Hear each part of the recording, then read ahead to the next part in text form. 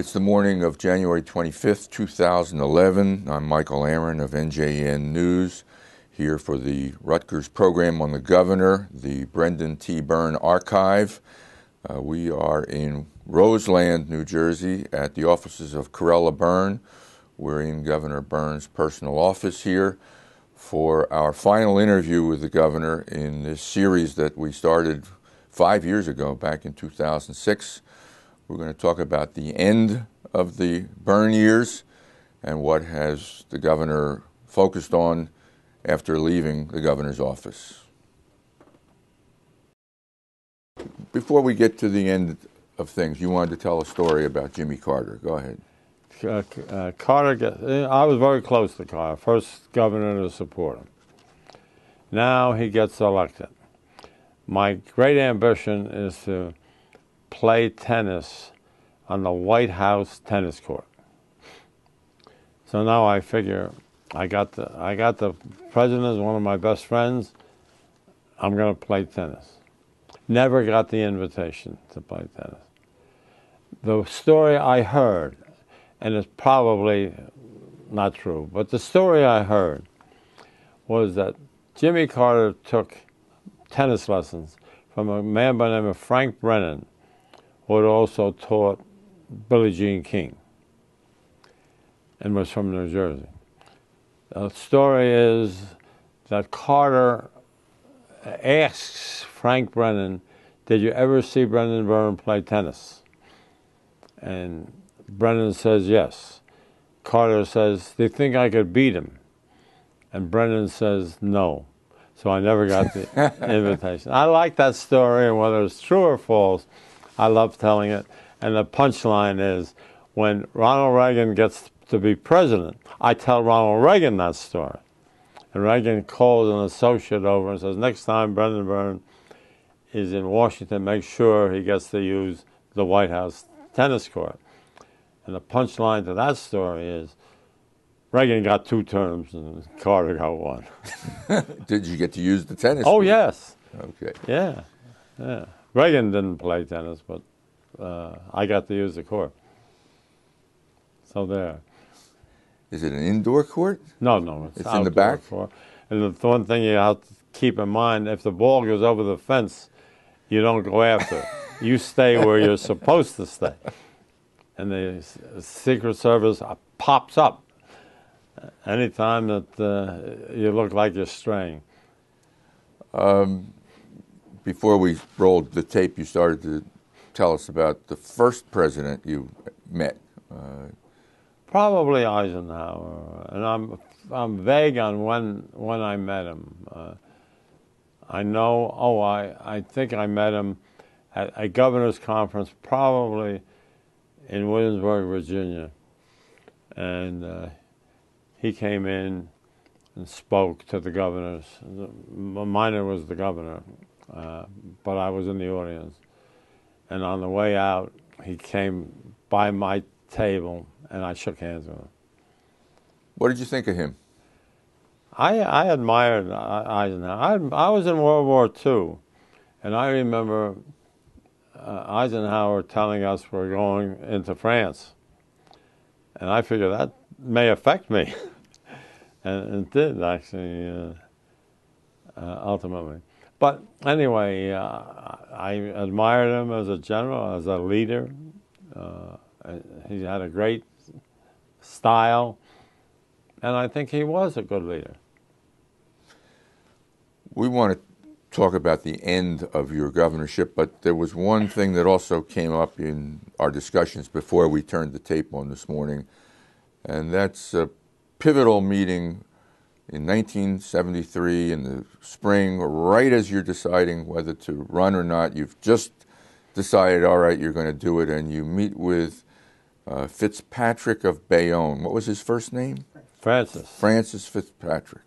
Yeah. He's the mayor of Bayonne. And the situation at that time was that Hudson County had a triumvirate of county leaders, all of whom allegedly had equal say. Paul Jordan, Frank Rogers, and Francis Fitzpatrick. And I had, when I made my interest known in making the run, I first went to Frank Rogers, who was a friend of my father's. He was the mayor of Harrison. And he was mayor of Harrison, a long-time mayor. And then I had a number of friends who knew Paul Jordan, including Bernie Hartnett, who was key. He was the mayor of Jersey City? Jordan was. Yeah. Yes. And and by the way, Jersey City was involved in their own municipal election. But anyway, I think I got his support. Now, the third member of the triumvirate was Francis Fitzpatrick. And Francis Fitzpatrick, I kept hearing, did not want me as a candidate because I was too close to Bob Miner, and they all disliked Bob Miner because in 1960, Bob Miner kept New Jersey from endorsing John Kennedy. And remember, Miner hung in there in the first ballot in the 1960 convention, and so we could not take credit for making John Kennedy president. Hudson County never forgave Miner, and so when my name was mentioned, he had been with Miner. Brendan Byrne had been with Miner, so we're not interested in him. It took some doing to convince people that Brendan Byrne was his own man, and that was literally a last minute situation. I had tried to meet with Fitzpatrick. He wouldn't meet with me. The closest I came was he had a city magistrate by the name of Byrne. They took one phone call because it was Mr. Byrne. He thought it was a magistrate, and that was a short conversation. Anyway, it comes to the Monday after Easter, I think, when I finally get a meeting with Fitzpatrick. And at that point, there's only about 5 days left before the filing deadline. So I get the meeting. I go over, and I got Don Land and Ken McPherson with me, and we meet with Fitzpatrick. I meet with him alone, I think, with Jim Dugan. And he asked me this question, would you rebuild the Bayonne Bridge if you were governor? And I said no, because I knew he was going to ask me. And I studied the issue, and I knew that I couldn't rebuild that bridge, not under the terms of what was doable. So I say no, and he says, well, we're not interested in you. So I leave, and we go to, three of us go to dinner at a local pub in Bayonne. And while we're at dinner,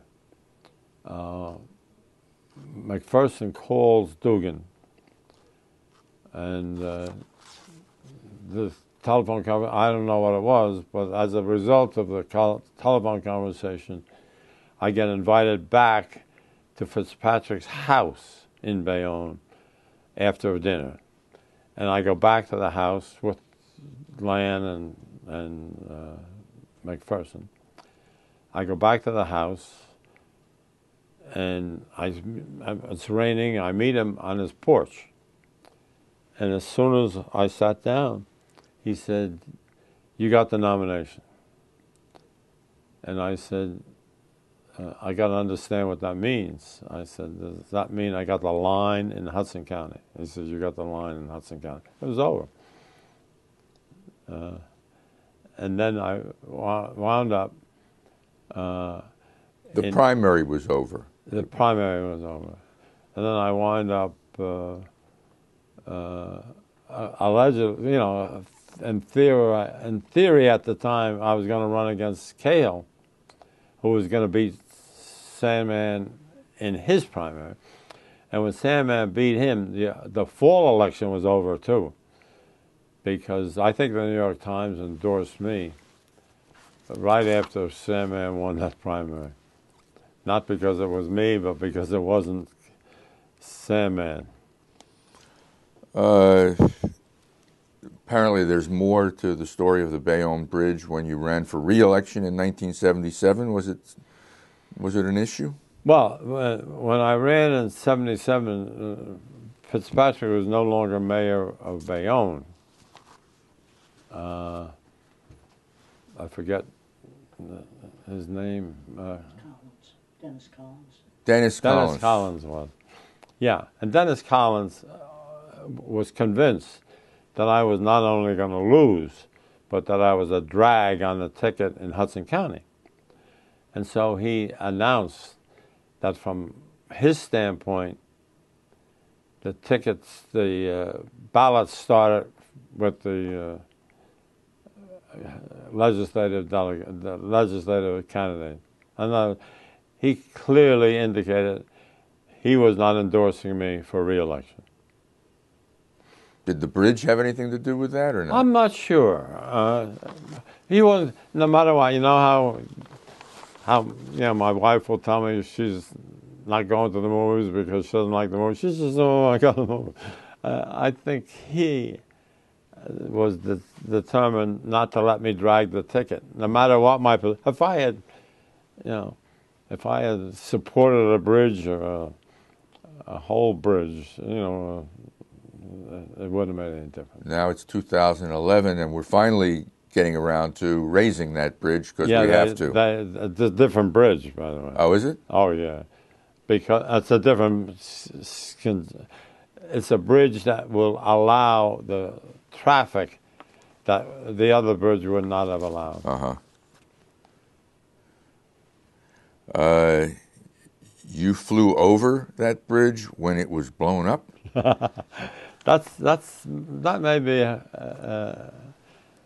apocryphal, but I don't really remember that. I don't think I did. But what I did do was when they blew up a casino in Atlantic City, they blew up a hotel that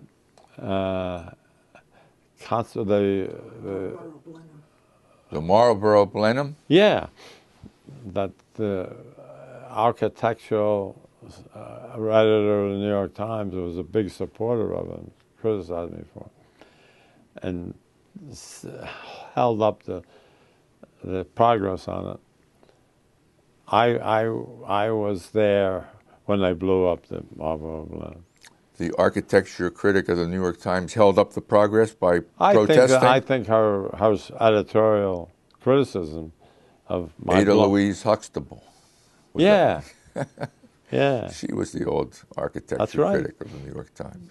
Yeah. But I thought that was impeding progress. And it was not an attractive building. Anyway. We have talked about that could get us into the subject of if a governor wants something done, most of the times he can get it done. Well, let's talk about that. Example. Go ahead. Example.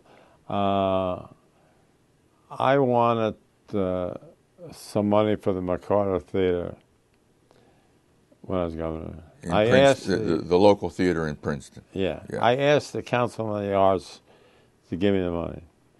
They wouldn't do it. It was for air conditioning or something. So all I did was take the money out of their budget and put it as a line item and got the thing done. You can do that. I remember another situation where I thought that Rutgers University ought to stop spending a huge amount of money on outside counsel and hire an inside counsel. Rutgers was offended. Sonny Werblin said I couldn't do that. I was interfering with the government. of a private university, and I had no right to do that. So what I did there was I took all of the money that Rutgers was spending on private counsel and took it out of the Rutgers, but the appropriation to Rutgers. And you got your private counsel. That's the only way I could get legal advice. But the governor has, in New Jersey especially, tremendous power. And if he really wants something, and it's legitimate, I mean, you can't overstep it. But if you want something where there's a difference of opinion, governor can get his way. You think the New Jersey governor is really more powerful than any other governor? Probably, because he's got all of these things going for him. He's got the point of power, he's got the veto power, he's got the conditional veto power. You can't fool around with him. Let's turn our attention to the end of your second term. Yes. When you're a two-term governor and you're in the last year of your second term, what's going through your mind at that time? Well, first of all, Harold Hodis, who was my chief of staff, used to talk about lame duckedness. And he would have an agenda. And we got more things done in our last year. We still had the legislature on our side. I could still get nominations, confirmed. And so I don't think we ever felt handicapped or helpless in that last year. We're maybe the last, after Kane was elected and was the governor-elect, maybe during that time there were nominations held up. Is it a case of trying to get as much done as you can before you're shown the door? Yeah, we had a pretty strong agenda. I remember spending the fall of 1981 going around meeting legislators in their home districts, getting the local newspaper support, and having an agenda. So we did not give up. As I say, I didn't see resistance until after Kane was elected, and then the local senators would start listening to what Kane wanted, which at that point was natural. I mean, when I won the primary in '73, I was recognized as the governor of New Jersey. When you won the primary? Yeah. Because everybody knew you'd win the general. Yeah. And Cale didn't like Sam Ann, didn't really support him. And so I was a governor starting in July. You brought up Rutgers a little while ago. Looking at the higher education community, what was your relation with the president of Rutgers, Edward Blaustein, like when you were governor? I thought it was pretty good. He thought it was pretty bad. And I loved his wife. His wife was a doctor and a very smart lady. And Ed Blaustein always wanted more money, and that's what the president of the university is supposed to do. We had some difference of opinion as to whether he, as president of Rutgers, ought to serve on corporate boards. I think he was on the Paramount Pictures board. I thought there was a conflict there, but they're doing it all the time. And by and large, I think I was supportive of Rutgers. Was he a good university president? Sure. Sure he was. And a leader, and respected, and the students liked him. But if I wanted, something like inside counsel, and I was spending state's money in unnecessarily, I thought what I would say it's my money. It's the taxpayers' money. In 1981, when you were clearly having to leave office, so many Republicans and Democrats entered their party primaries to be the nominee in 81. Did you get involved in the Democratic primary? I tried. There were 3 or 4 candidates pitching for the same vote. In other words, I think Tommy Smith and John Degnan and Ken Gibson at the time, and all looking for the same sort of centrist vote. And I remember trying to talk to a couple of them about getting out. Who did you try to talk to get out? I remember specifically Tommy Smith, mayor of Jersey City. Yeah, and Tommy, once you get into that and you think you have a chance, only 4 people can win, and I'm one of them. That sounds pretty good, doesn't it? So anyway, I was not able to do that, and John Degnan was Attorney General at that point in time, and he was not Attorney General at that point. He resigned in order to run for governor. Right. But he had been Attorney General towards the end and a great one. And he was part of your inner circle. Yes, so were you working for him? What I tried to do was be objective, and because they were all good friends of mine. Joe Merlino was another one? Huh? Was Joe Merlino another one? Yeah. And Jim Florio, who was the congressman who would ultimately win.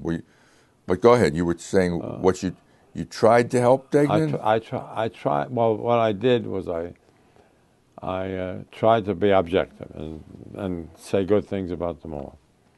In the last 2 or 3 weeks of the campaign, Degnan came to me and said, "That's not enough. Unless you come out for me and get out on the streets with me, I don't have a chance."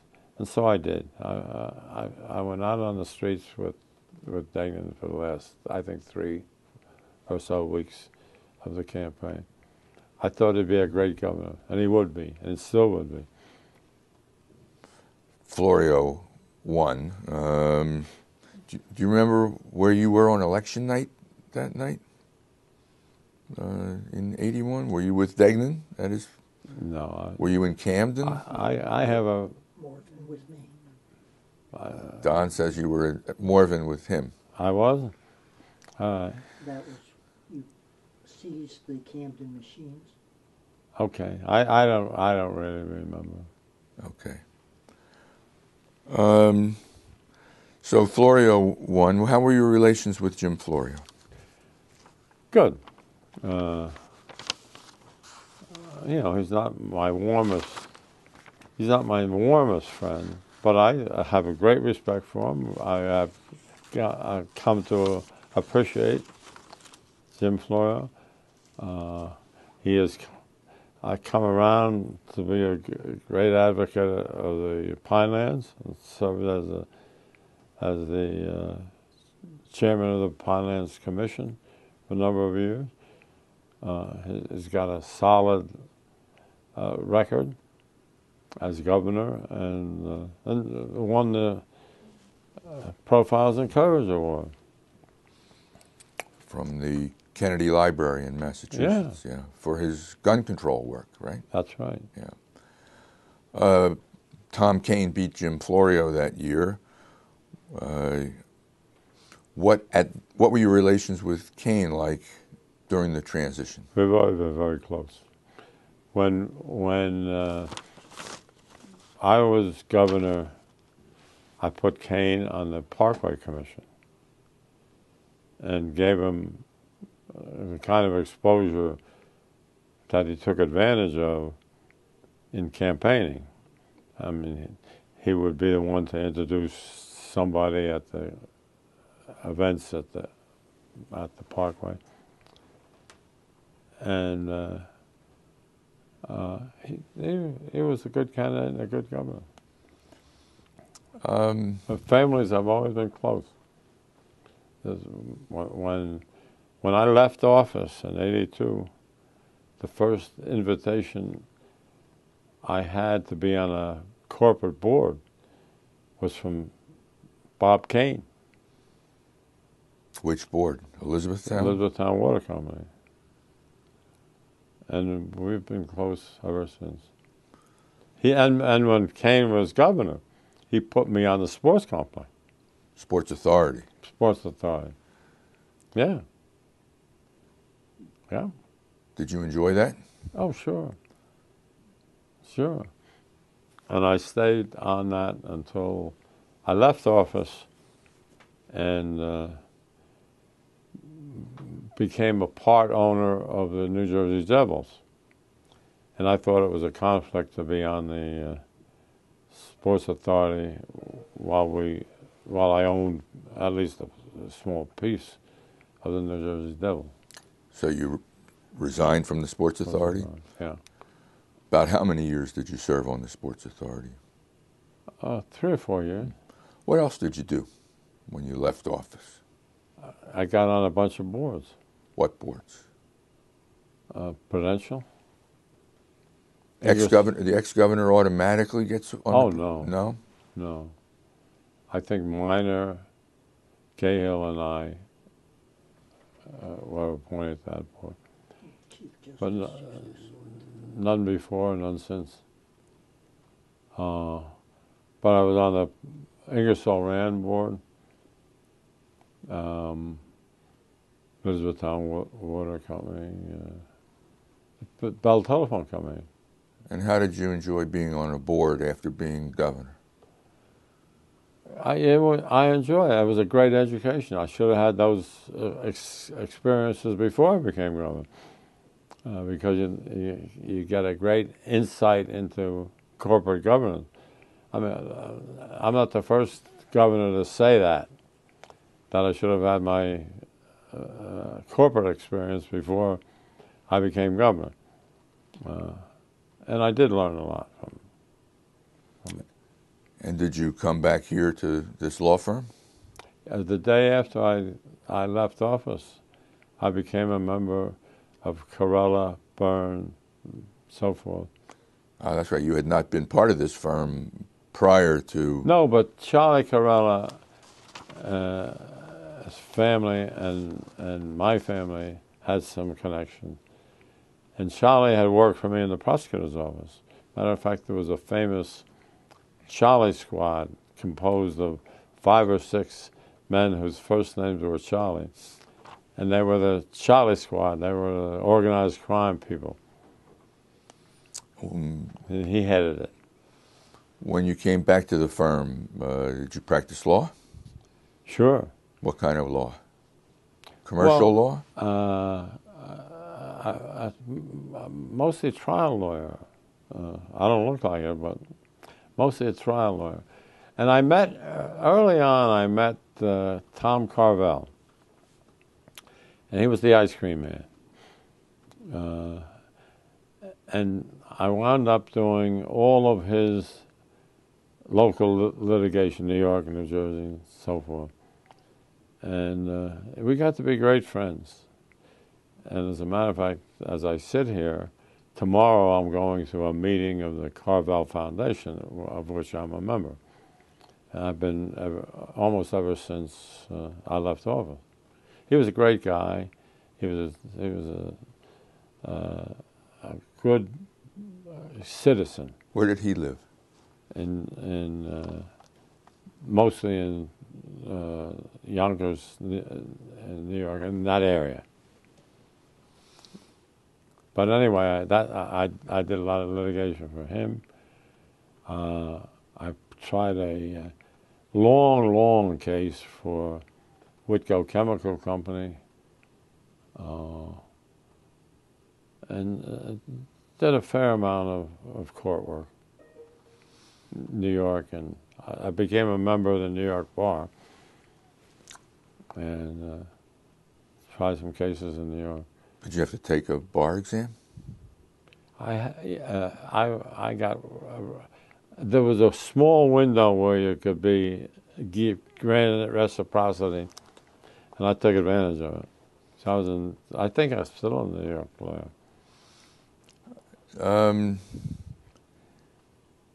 At what point did you become the funniest after dinner speaker in New Jersey? Tomorrow, maybe. I don't know. Well, you've been honing that reputation for a couple of decades now. So how did that all happen? If you ask me, which you just did, I think I was always funny. I mean, I think I could always see a humorous side of life. I remember as a kid being down the shore with my parents as a little kid, and I got a cup of tea, and I looked at the tea bag, and it looked like it had been used before. I said, this tea bag has gotten quite a workout. And my father laughed. And I think I was able to see the funny side of things from the get-go. And that's basically what I do, is I see some humorous side of things. Like when we went to one of the legislative correspondence shows where all the former governors spoke, and Governor Minor spoke just before I did. And he started rambling about the governors he had known of New Jersey, Seltzer, and guys like that. And it goes on and on. And Kane is the governor, and we're supposed to keep it short. So mine going on and on and on. And so when I got up to speak next, I said, Governor Minor has asked me to cover Governors Livingston through Wilson. But the point is, you got to see the funny side.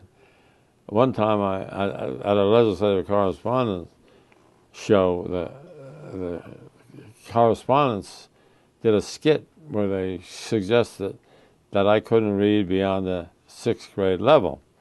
And when I got up, I said that's not true, that I can read out-of-state newspapers too. They didn't think that was funny. That's very good. But I've always been able to see a funny side of a situation, and that's good. Did you get an agent at some point? Did you make a real... I'm not a comedian. I've been compared more to Will Rogers. But I've discussed humor with a lot of people. I played golf a couple of times with Bob Hope, and we would discuss humor. And I think the thing I can do well, apparently, is timing. I'm being compared to Jack Benny. Jack Benny's humor was not in what he said, but how he reacted. Permit me one quick aside. I was in Atlantic City 15 years ago at a luncheon. I told a Brendan Byrne joke. It fell completely flat. And then I went over to another meeting where you were speaking, and you were telling the same joke. And the audience went into an uproar. It was all in the telling. Well, these were all job seekers. Do you have a favorite story that you always trotted out, or a favorite joke? If I don't do this anymore, but if I tell the line about things that have gotten better for me, and people are now waving at me with all 5 fingers, and if I don't get a laugh on that, I sit down, because that's a funny line. I told the Byrne joke 2 days ago at a public gathering, and I attributed it to you. The one about the politician who goes to too many rubber chicken dinners one week and comes home drunk, and falls into the floor of his foyer, and his wife looks down and says, "And what do you have to say for yourself?" And he says, "I have no prepared remarks, but I'll gladly entertain questions from the floor." Yeah. Yeah. I'm living on your jokes. Is that right? Yeah. That's good. But there are, if you can make it a habit to just see a funny side of whatever the situation is, it helps. I don't know. And there is some timing to Jack Benny, and I've learned a little bit from Jack Benny. Was there some kind of story about Bill Cosby and you and politicians and comics? Maybe I'm... No, Cosby and I played tennis a number of times. And he came to see me when his daughter was trying to get into Princeton. And I tried to put a good word in for his daughter, because they didn't take her, but I think she went to Holyoke or not Holyoke, but someplace just as good as. Anyway, yeah, but Cosby. I thought there was some funny exchange between you and him. Yeah, there were a couple. Yeah. I gave him. I used to have a Brendan Byrne State of New Jersey tie. It was a blue tie with a little gold New Jersey outline on it. And I would give that to people who would make jokes about the fact that the blue thing, that the gold thing looked like mustard, and Cosby did a whole routine one time on my tie. Didn't Bill Faraday of the Chamber of Commerce come up with that tie? He had a different. No, he had a tie for the bank when he was with the Fidelity Union. But it didn't inspire jokes like my tie did. You have a Phil Rizzuto story? Is there a Phil Rizzuto story? With the tie? Oh, mustard. He was eating. With the mustard, yeah, that was with the mustard. A lot of people, I gave that tie to a lot of people and got a lot of great reactions. Who was the manager of the Brooklyn Dodgers for years and years? Walter Alston? No, after that. Anyway, I gave him a tie one time. And I saw him again a couple of years later, and he said that he wore that tie to one of those restaurants in the out west, where if you went in the restaurant wearing a tie, they'd cut it off. And he said he was wearing my tie in that restaurant, and they cut it off. So I had to send him another tie. But that makes a good talking point. How are your legacy items doing today?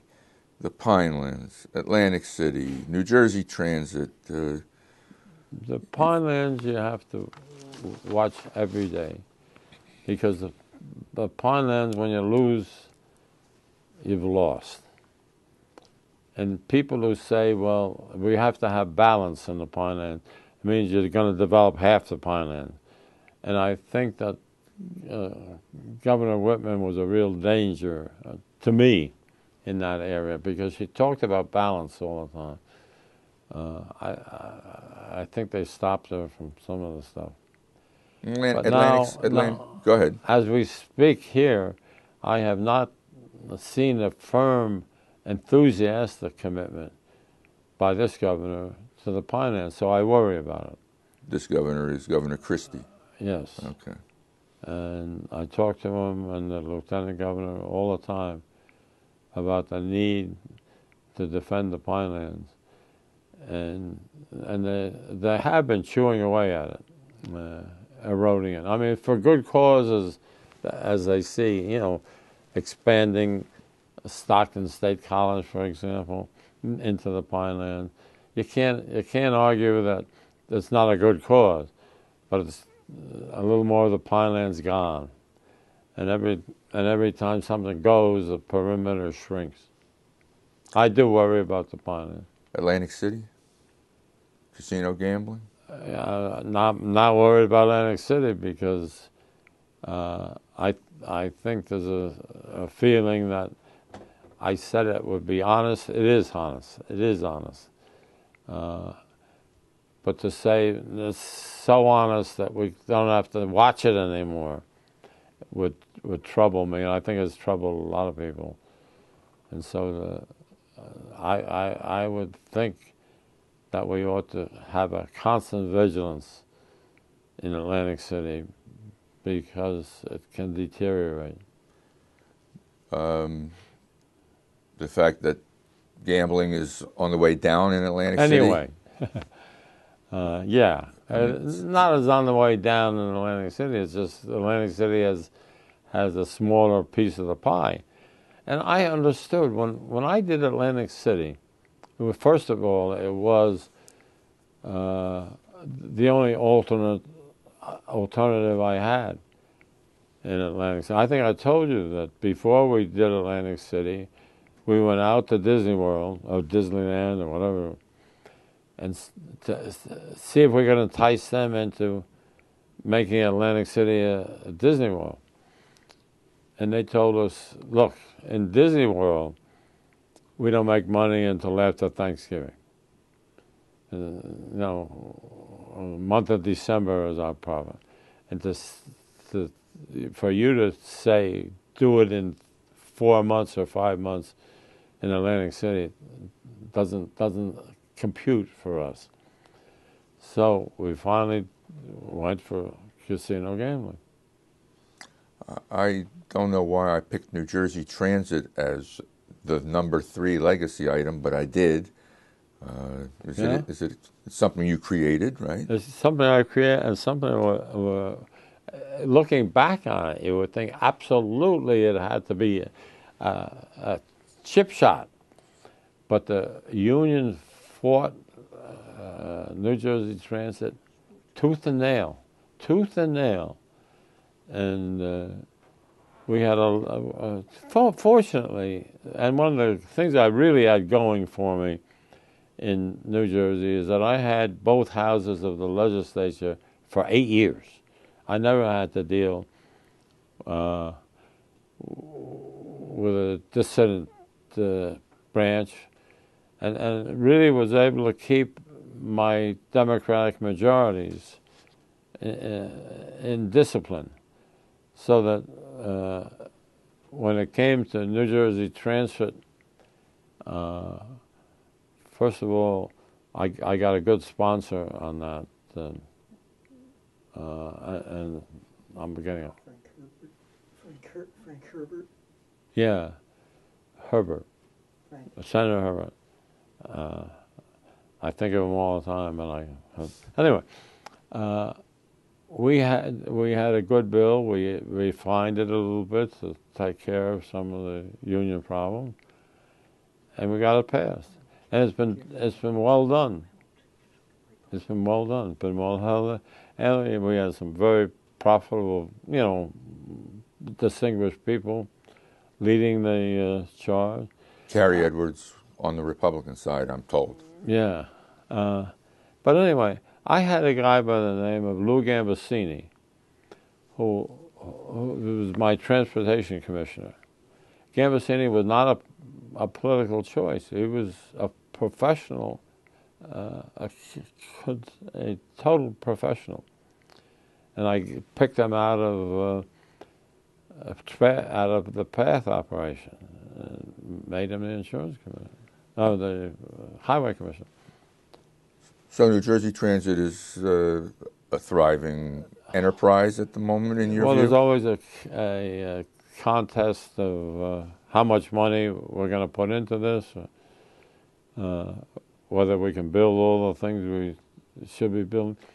I think New Jersey, in order to really make it, has got to have the kind of transportation available 24 hours a day. I mean, I go into New York to a dinner and a show, and I drive in and I drive back. If I could take a train in, but I can't take a train back without waiting an hour, or maybe if it's too late, hours. So if we have the reputation of having a train every 20 minutes, especially in the near suburb, you're gonna relieve a lot of the tunnel traffic. The sports complex is another part of your legacy. It seems to have peaked and now be somehow either on its way out or in transition. How do you see what the status is there? Sports complex, to the extent that the sports complex isn't needed, that's fine. I mean, the Giants are still here without the sports complex. The Jets are still here without the sports. They wouldn't have been if we didn't have the sports complex. So it serves, to the extent it serves its purpose, fine. Let's let it go. So it's not a sad. It's not a sad. Benjamin Franklin said, "Be not the first on whom the new is tried, nor be the last to lay the old aside." So it doesn't make you sad that the Sports Authority is in decline? No. Okay. And I guess one last piece of your first-tier legacy items is the creation of the income tax, which has been raised many times over the years. But I'm sure you still think that was one of the best things you did. Yeah, well, they've had 30 years to repeal it. They haven't done that, have they? They not only haven't, but the first thing they look at when they're in trouble is it raising the income tax. And it was a very modest tax. I think it raised $1 billion, and a lot of that went back into tax rebates. All right. We're going to take a little break now, and then we'll figure out how to wrap this up. Hey, okay. All right. We're rolling again, and again, while we were off camera, good subjects started to come up, including other governors, and let's start with Ella Grasso of Connecticut. Well, you got to talk about Ella Grasso and Hugh Carey, because I was the peacemaker between those two governors. And my favorite story there is we had this odd, even license thing in the gas crisis. So now we have agreed that we would do this as a tri-state effort. In other words, when it came time to ration, we would do it together among ourselves. So now we're in Providence, Rhode Island at a weekend conference, and we're at a cocktail party, and I say to Ella, maybe it's time to institute the odd even. And she said, probably so. I said, let's go talk to Hugh Carey. She says, I'm not going over there. So I run over to Hugh Carey, and I say, it's time to start this. Let's talk to Ella. I'm not going over there.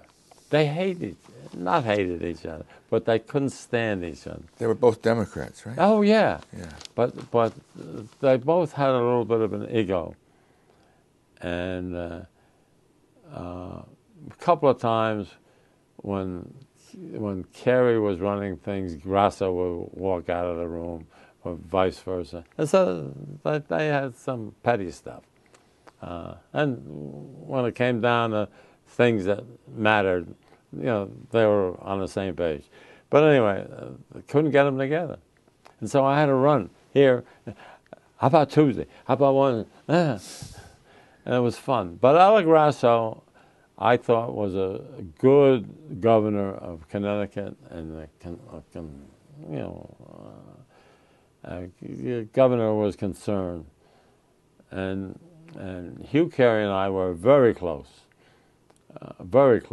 and we would do things like bail each other out when the Concorde was coming into New York.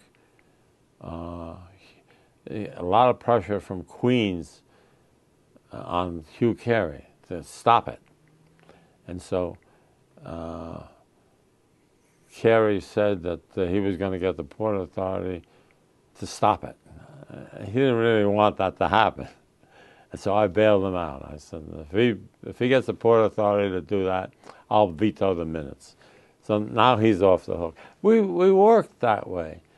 But Ella was such a doll, and treated government responsibilities the way they should be treated. The name Jerry Brown came up, who's now the governor of California again. Yeah. But what was your story about I knew him when he had hair. But Jerry Brown was, by the way, what Jerry Brown did, Mike Dukakis of Massachusetts tried to mimic. He did a lot of things Jerry Brown did, and not a success. But anyway, Jerry Brown was good for California, and I think he'll be good for California again. But you say you were chairman of the National Governors Association? I was chairman, of the Democratic Governors Association. In Jerry your, Brown, in your last year as governor? Yeah, and also the first year of Reagan's presidency. So I got to a lot of Republican events in Washington because I was the token Democrat. Anyway, Jerry Brown was regarded as a little out of the mainstream of Democrats, and they did not want him to succeed me as chairman of the Democratic governors. It was none of my business. I don't care. I was gone. But I remember being in California one time and being at some event, and when I came back to my hotel, sitting in the lobby was Jerry Brown waiting for me to talk to me about who succeeds me. Anyway, that's Jerry Brown. There were a bunch of great governors that I served with, including Ronald Reagan, who was governor the first year I was governor, and president the last year I was governor. Made me feel like a non-achiever. Did Jerry Brown get to succeed you or not as chairman of the No. Was Bill Clinton governor at that point? Off and on. Off and on. As a matter of fact, Bill Clinton lost the year, my last year as governor. And he called me, and he asked me to support him for the job of national chairman of the Democratic Party, and I did. Then he withdrew without telling me, and I called him and I gave him hell. And one quick story: when I married my wife Ruthie, we were in Washington one day, and I called the White House, and I said, "Any chance?" It was like 4 o'clock, and I didn't have anything until 7. So I called the White House, and I said, "Any chance the president can say hello to me and meet my new wife?" I get a call back, and they said, "Come over here at 5:45." So on the way over, I say to Ruthie, when I introduce you to the president, he's going to say, "Let me tell you about the time Brendan and I had lunch at a Chinese restaurant." So we get to the White House, we get in the Oval Office, I meet the president, introduce him to Ruthie. And he said, let me tell you about the time your husband and I had lunch at the Chinese restaurant. And he remembered what street that Chinese restaurant was. Anyway, I never did. Yes, Bill Clinton and I were pretty close. What year, do you recall what year you married Ruthie? 92, I think. 92. Ruthie has been at your side at so many public events in the last 15, 18, 19 years. Tell us that story. See, we have different versions of that story. She remembers meeting me when I was governor, frankly. I don't really remember meeting her other than anyway. She's a very bright lady, a very pretty lady, and a very active lady, and she's kept me involved in public life since we've been married, and is responsible for a lot of the good things that have happened to me. And the rest of your family, all those children you took into Morven with you. What's become of all of them? Well, first of all, what's become of Morven? Because they used to play football in the main hallway at Morven, and there's a few crystals missing from the chandeliers from intercepted footballs, and Billy and I used to play stickball in that main hall. It was a good place to play stickball, and he would be the New York Yankees, and I would be the St. Louis Cardinals. And why the St. Louis Cardinals? Because it's been my team since 10 years old. Dizzy Dean. Matter of fact, I quote Dizzy Dean all the time. My favorite Dizzy Dean quote is, "It ain't bragging if you done it." And I've used that. And Dave Valence heard me use it one time. He thought it was the best quote he ever heard. Anyway, where were we? I don't know, but that's a good quote for your 2 terms as governor. Yeah. Thank you. Your children. Tom was the chairman of the Democratic State Committee during Clinton's term as president. At least part of it. He enjoys public life and would like the opportunity to participate more, and he would be good. He's very successful, and his wife has been very successful. I just gave $1 million to Princeton. So anyway, I don't worry about him anymore. Anyway, Timmy, who was always almost the opposite of Tom, as brash as Tom gets, Timmy is very quiet. He's with Clary Gottlieb, which is a big New York law firm. He's doing very well there. Nancy, who's been married the last couple of years, to Peter Reinhardt, who's with Hovnanian.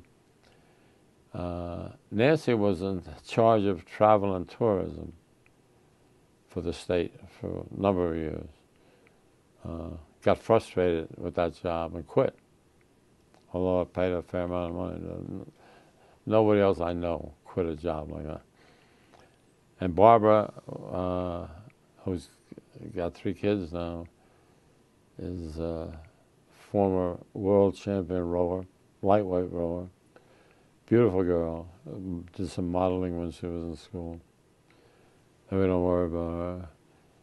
And Billy, who was a good baseball player in school, is now worrying about his kids because his wife has a good job, and he does better with the 2 girls. He loves the girl.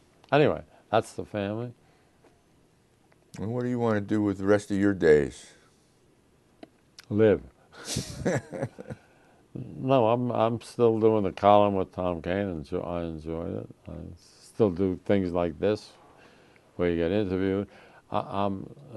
Since all you good, well-paid press people are not in the business anymore, they call on me more and more, and I think that happens to all of us. They call on us as a morgue for what went on in the old days, what happened when. The reporters aren't around for that anymore, so we get a lot of calls. Well, we'll keep calling, and God willing. God willing is right, and it's been quite fascinating to hear your stories and relive your career with you. Thank you. Great state. Cut.